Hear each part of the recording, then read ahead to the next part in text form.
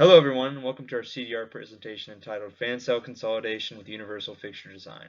Our team consists of Adam Gracyalny, Loggins, and Harrison Verhine, and we'd like to give special thanks to Mr. Earl Barthel and everyone at Marvair for this opportunity.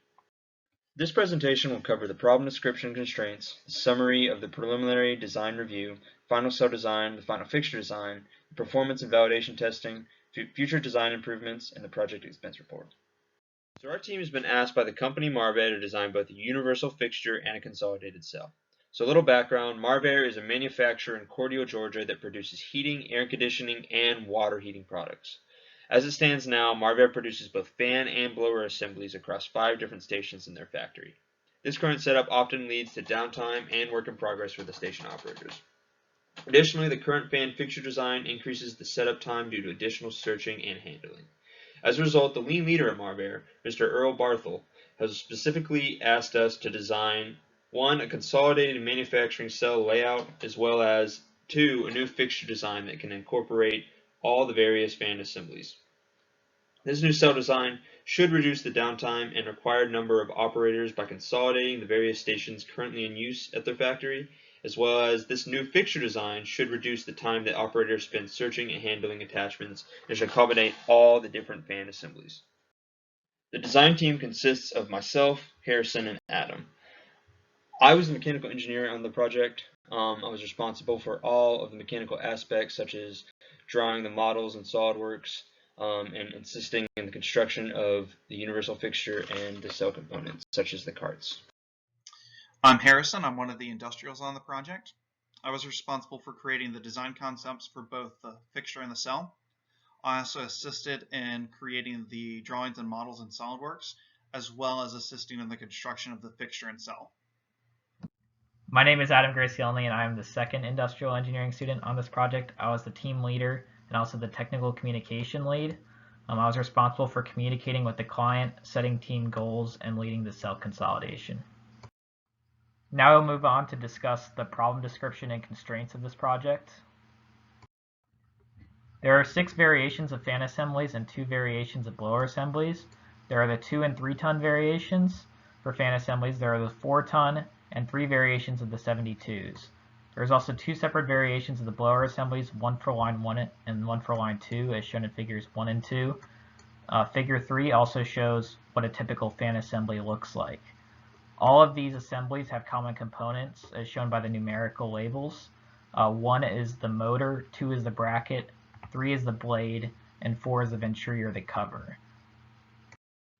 The current fixture cannot support all the fan assemblies. The variations in the fan assemblies include spacing between the motor and the bracket and the spacing between the motor and the fan blade. And both of these variations are accommodated through PVC attachments. As shown in figure 4, there are these U brackets which are used to accommodate the spacing between the motor and the fan blade. And figures 5 show these PVC corner pieces which are used to accommodate the spacing between the motor and the bracket. Figure 6 and figure 5.2 shows the original fixture, which will be useful in reference later. These assemblies are produced in 5 separate locations, as shown in figure 7. Currently, these are produced with 5 to 6 current operators. The blue boxes indicate where the current stations are located on lines 1 and 2. Currently, stations 1, 3, and 4 build the fan assemblies, and stations 2 and 5 build the blower assemblies. The new cell that is constructed from this project is restricted to the green boxes shown in figure 7. The deliverables are subject to various constraints of which they must follow. For the consolidated cell, it must accommodate the fan and blower assemblies from lines 1 and 2. It must have the ability to build 9 fan assemblies and 9 blower assemblies per hour. And this is divvied up so that 6 assemblies of each are for line 1 and then 3 assemblies of each are for line 2 per hour. It must have the ability to store enough raw materials for 2 hours of production. It must fit within the space given by the client, and it must accommodate the universal fixture. The universal fixture must accommodate all 2 3-ton, 4-ton, and 72 fan assemblies. Must be continuously adjustable by 3 1/4 inches. It must support a weight of 25 pounds, must be able to withstand abuse of normal operations, and use components that are easily replaceable. Now Harrison will summarize the preliminary design review. In the preliminary stages of the project, we developed various potential designs that satisfy the project constraints. We had two cell designs, a U-shape, which is flexible, easy to balance, and compact, and an I-shape, which is generally used for high-volume production. The U-shape design was chosen due to its flexibility in demand and effectiveness in lean manufacturing. The team also developed three fixture designs that use different mechanisms to dynamically change the spacing between motor and brackets of fans.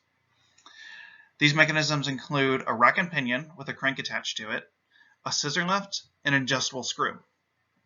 In order to decide between these mechanisms, feasibility and merit analysis was performed. All three designs for the fixture were found to be feasible as they met all of the criteria. Through discussions with our client, the team decided on 4 merit criteria to use. This included production cost, ease of use, mechanical reliability, and ease of assembly. After a merit analysis was performed, it was found that Design 2, the scissor lift, had the best score. And now I'll pass it back to Adam to discuss the final cell design. The consolidated cell serves line 1 and 2, accommodating 2 operators. It is designed to assemble all fan and blower assemblies for lines 1 and 2. 2 operators was decided because it allowed the cell to meet the required takt time in order to meet the demand of 9 fan and 9 blower assemblies per hour. The cell does move production away from where the assemblies are being placed on the main units. So transportation carts are needed as shown by label 9 in figure 13 to transport the assemblies from the cell to the lines. As I stated before, the design for the consolidated cell accommodates 2 operators. Operator 1, he builds the fan assemblies and part of the blower assemblies. He builds the fan assemblies on using the table labeled 8. That's where the universal fixture will lie. Much of the equipment around there holds the raw components like the brackets and the blades and venturis for the fans. After he builds the fan assemblies, he'll set them on the cart, and then he'll move over to the big table labeled 1, where he'll start building the first half of the blower assemblies. When completed, he'll essentially push it to the other side of the table where operator 2 will complete the blower and set it on the associated cart. The table labeled number 6 in the picture contains all the blower assembly raw materials, and the operators will be given 2 schedules of the types of assemblies to build, 1 for each line. They get a daily schedule each day, and they'll basically need to build at a 2-to-1 ratio generally for line 1 versus line 2. So they'll build 2 for line 1, and they'll go back and build 1 for line 2, and keep going like that. The consolidated cell was prepared but unable to be completely implemented. The team prepared all the components of the consolidated cell for implementation, so the cell is ready to be implemented whenever Marvair is able to do so given the circumstances. The layout design has been finalized, carts have been constructed, and modifications have been added. All of these will be explained in future slides. Parking spaces for the carts have been laid out on the shop floor. The fixture workstation has been assembled with the universal fixture attached, and pneumatic lines have been routed so that the new cell can use pneumatic tools. The completed cell design, as I said, was not able to be done due to some delays on Marvair's side and also complications with COVID-19. But fortunately, all of the elements of the cell layout are on wheels and ready for implementation, and these elements can be rolled to the location of the cell to construct it. So the cell is very versatile and can be moved wherever needed. The team believes Marvair will experience few difficulties when they're able to implement the cell. The team used 7 carts to transport completed fan and blower assemblies from the cell to lines 1 and 2. As shown in figure 14, a double-sided Velcro label was attached to each cart to assign to either line 1 or line 2. And since it's double-sided and Velcro, this can be flexible depending on the day. The carts are also indexed by assembly type, so they're either given a label F or B, or a letter F or B to indicate fan or blower, and they're also indexed 1 to X, essentially, to indicate how many of each cart there are for each assembly type.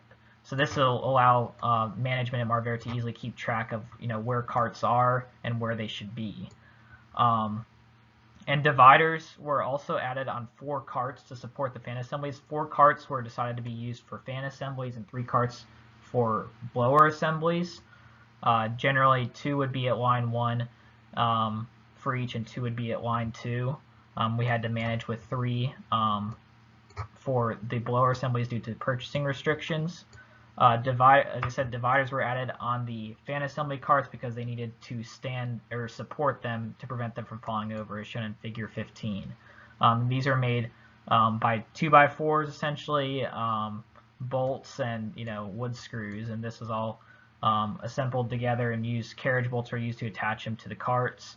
But these carts can successfully stand and support 5 of these fan assemblies on there, and of different variations too.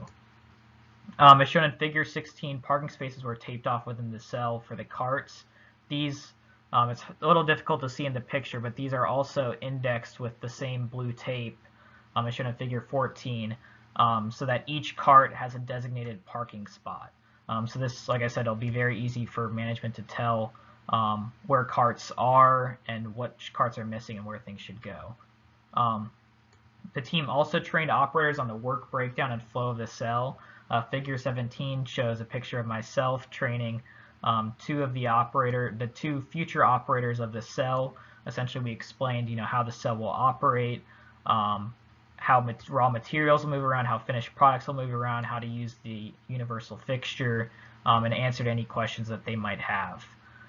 Some elements vital to the current operation of the plant were not able to be moved at the current time. So as I said, when Marvair is able to implement the cell, we'll be able to move some of these needed materials.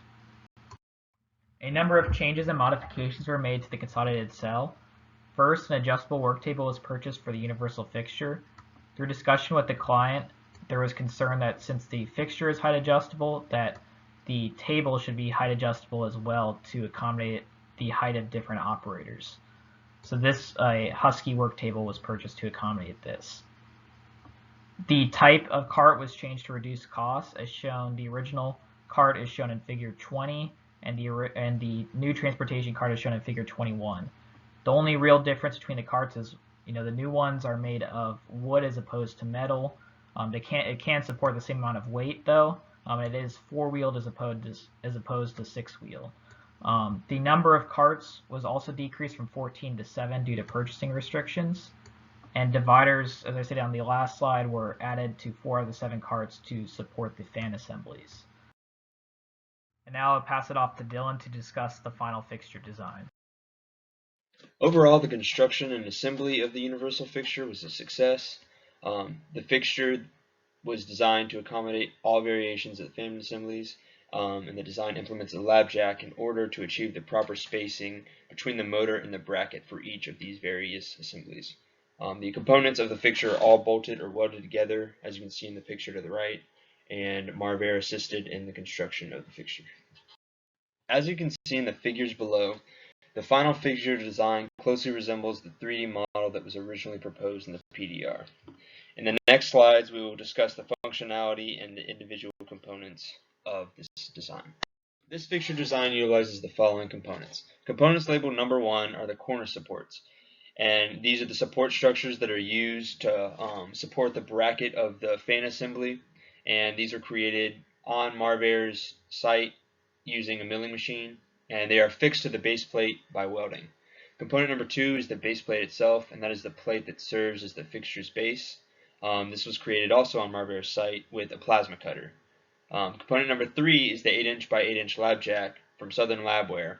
This is the height adjustment mechanism operated by a knob that is obviously one of the main features of the fixture. Component 4 is the motor mounting plate. And it's a flat plate with jig pieces that stabilizes the motor, and this was just made with steel plates at Marvair along with some scrap metal for the small individual jig pieces. And then components 5 through 7 are just the nuts and bolts that were used to bolt and everything down. Using these bolts allows for the mounting plate as well as the lab jack itself to be removed and replaced if necessary.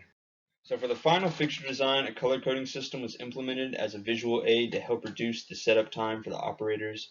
Each motor and bracket pair was measured, and in total 3 different height variations were found. And as you can see in the figure to the right, these heights were marked with red, blue, and green, and the specific heights are listed in the table. So in the end, a number of changes were made to the final fixture design. Dimensional changes include that the lab jack was not exactly 8 inches by 8 inches, so the main center platform and the base plate had to be increased to give this lab jack more room. Additionally, due to the lab jack's crossbars, the original bolt holes had to be changed from 4 holes to 3 holes. For the corners, they were increased from a length of 10 inches to 12 inches in order to accommodate all the fan assemblies, as they were originally 0.5 inches too short, and this was as a result of a discrepancy in measurement, which Harrison will talk about later. And then the motor plate diamond edge length was decreased from 3.85 inches to 3 inches to ease the assembly. Additionally, the final modification, which is a pretty big one, the lab jack knob had 2 screws that were input into it in order to increase the torque and put less stress on the operator's hand. Now I'm going to pass it on to Harrison, who's going to talk about performance and validation testing. As a comparison, we have provided 2 videos of an operator using both the original fixture and our universal fixture. These videos have been sped up by a factor of 2. Please click to start the video.